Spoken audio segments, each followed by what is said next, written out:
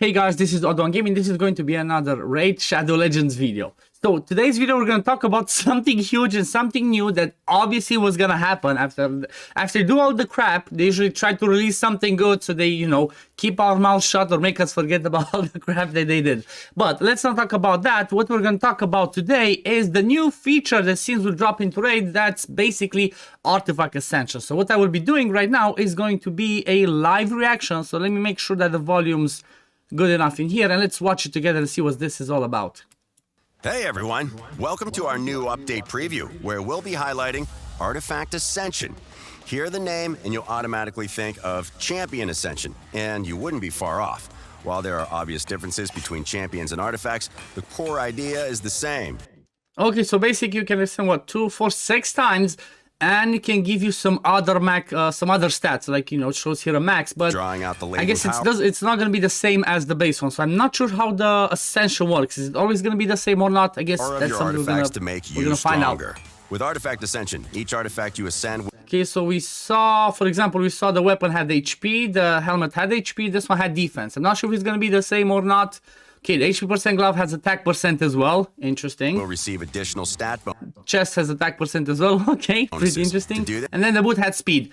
Well, this is gonna be crazy. Imagine the speeds that we're gonna have now with that as well. Empowerment, what's it called? Faction Guardians, glyphs, and now this one. The speeds are gonna be like crazy. Like we're gonna have 500 speed champions. But anyway, let's continue watching. You'll need to spend a new resource called oil, which you can think of as somewhat similar to affinity potions. More time to spend in the game. You don't need to worry about matching affinities or raiding different keeps on different days to get specific oils.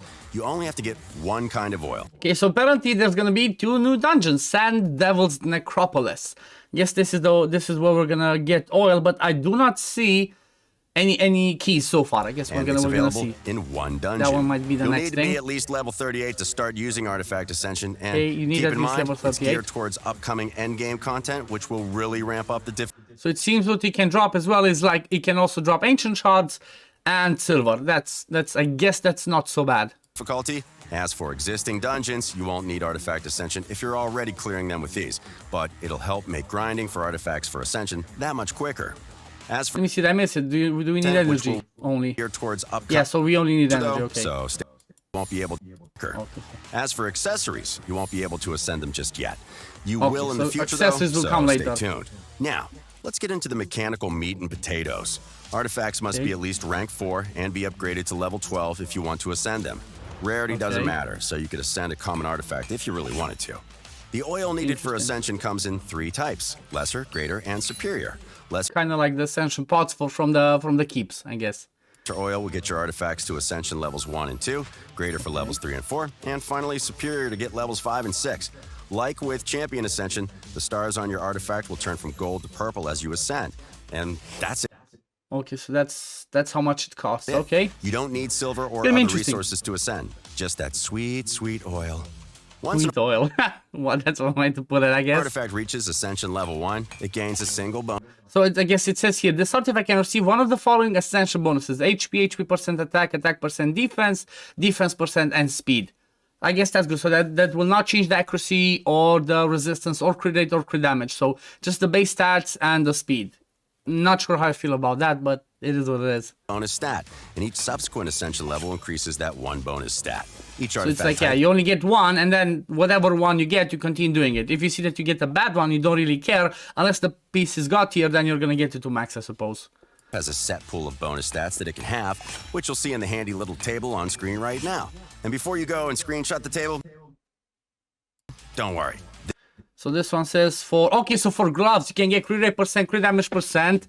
For chest you can get accuracy resistance, and for boots there's only for boots you can get speed. Okay, so this is pretty crazy, but again, it's gonna be a little fun. Let me move myself a bit. So see, this is what you can get for gloves, chest, and speed, but like they said, they're gonna put it in game. Interesting.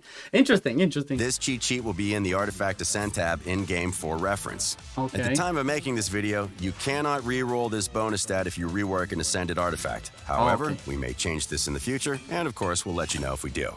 So that's the basics of Artifact Ascension covered. Now, grab your flaming torches and let's delve into the new dungeon where all that precious oil is kept, the Sand Devil's Necropolis. The Necropolis' guardian, the mighty and terrible Al-Name the Sand Devil. is pretty different to bosses you fought in raids so far. He's got skills that everybody's been different so far in the bosses that we fought, but I guess let's see. Are they going to be able to surprise us that much or not? that will ignore your defenses. He can withstand almost any attack, but he also likes napping on the job. Unlike Raid's other bosses, the Sand Devil is susceptible to sleep, and using this debuff will be crucial to send this devil to his eternal Makes me want my Kaimar even more, guys. Makes me want my Kaimar even more. rest. Now, this is where I'd normally say, let's start from the beginning, but things are a little more complicated this time, so bear with me. Let's first dissect his passive skill, the appropriately named Rest for the Wicked. This makes the Sand Devil immune to any form of turn meter reduction, as well as all debuffs. Well, all debuffs except sleep. Once you make El Name go night-night, things start to get interesting. Once he's sleeping, he loses this incredible immunity to debuffs and turn meter reduction and becomes like most other bosses. This means you can do things like poison and place stat reductions on him, although crowd control debuffs like stun and freeze still won't work. This passive also massively reduces incoming damage to the Sand Devil, which only gets higher on later stages. We're talking up to a 75% damage reduction, so your toughest nukers will barely tickle this guy, unless you land loads of debuffs first. For every debuff you place on the Sand Devil, prepare your sleep champions now, guys. I guess it's time we start looking for our sleep champions. Maybe Allure's gonna be crazy in here if you think about it. So if you sleep him, if you attack him, the sleep does not go, does not go off. But if you think about it, you saw that we can do turn meter reduction. I have a feeling that if you get something with the Allure in here, she's just gonna shine on this dungeon as well. So let's keep looking. He loses 10% of that huge damage reduction. So focus on landing as many debuffs on him as possible once you put him to bed.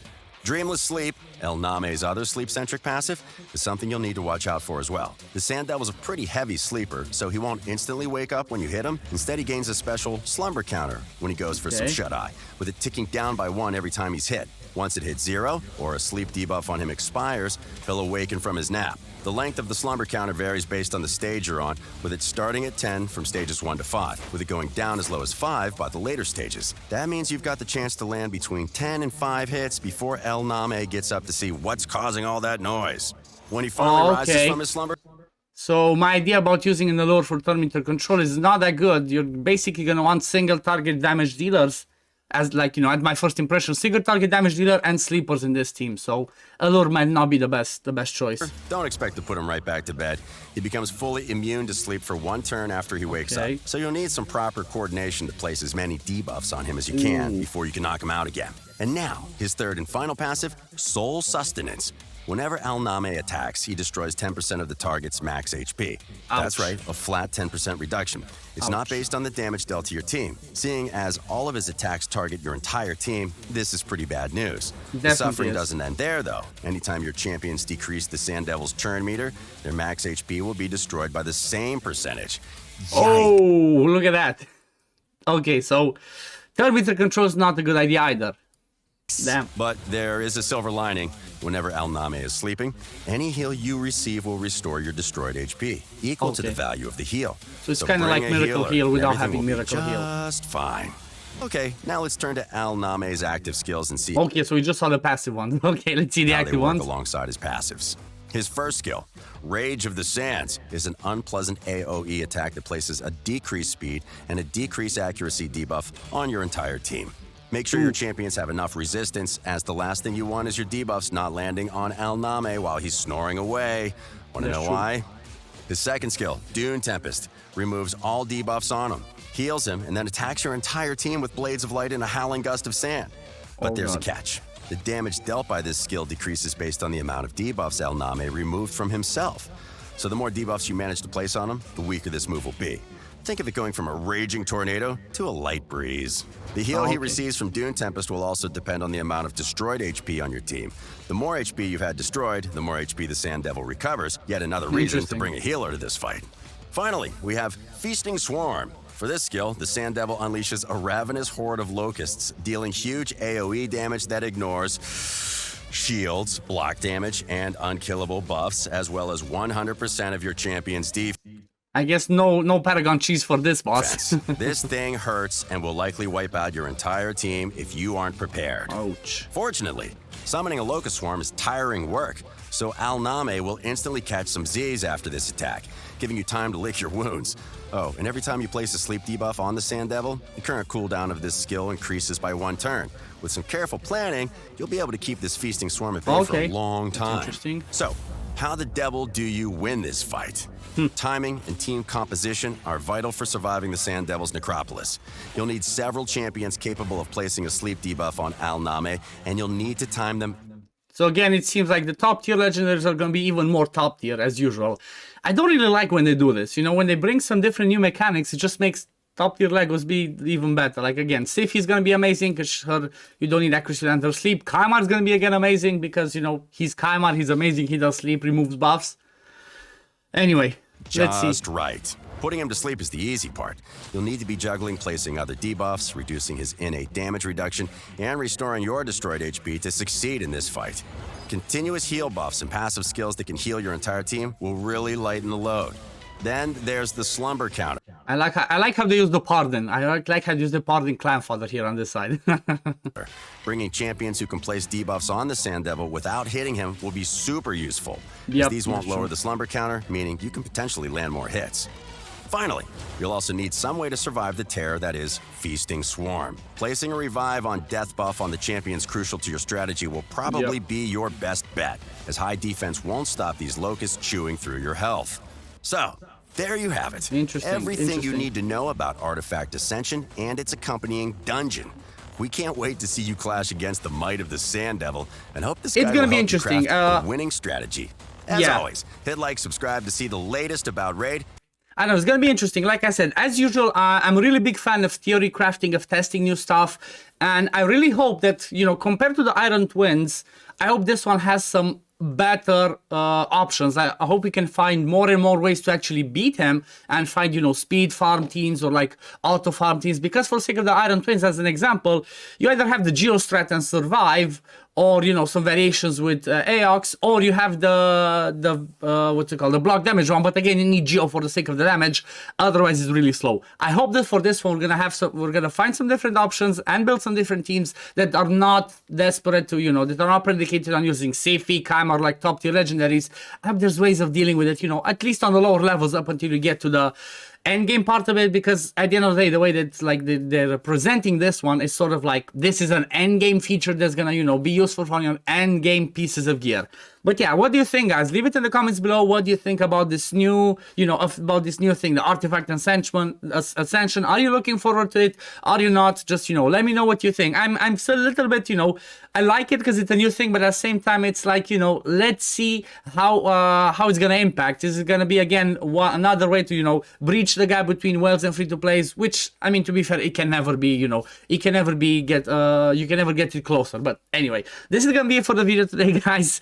I really like to do this type of first reaction videos because it's like, okay, I get excited or I get like meh, but this one has me like, you know, a little bit balanced. I'm waiting till it comes out. But yeah, thank you all for watching. Don't forget to like and subscribe, and I'm gonna see you on the next one. Peace, love, take care everyone. Bye guys.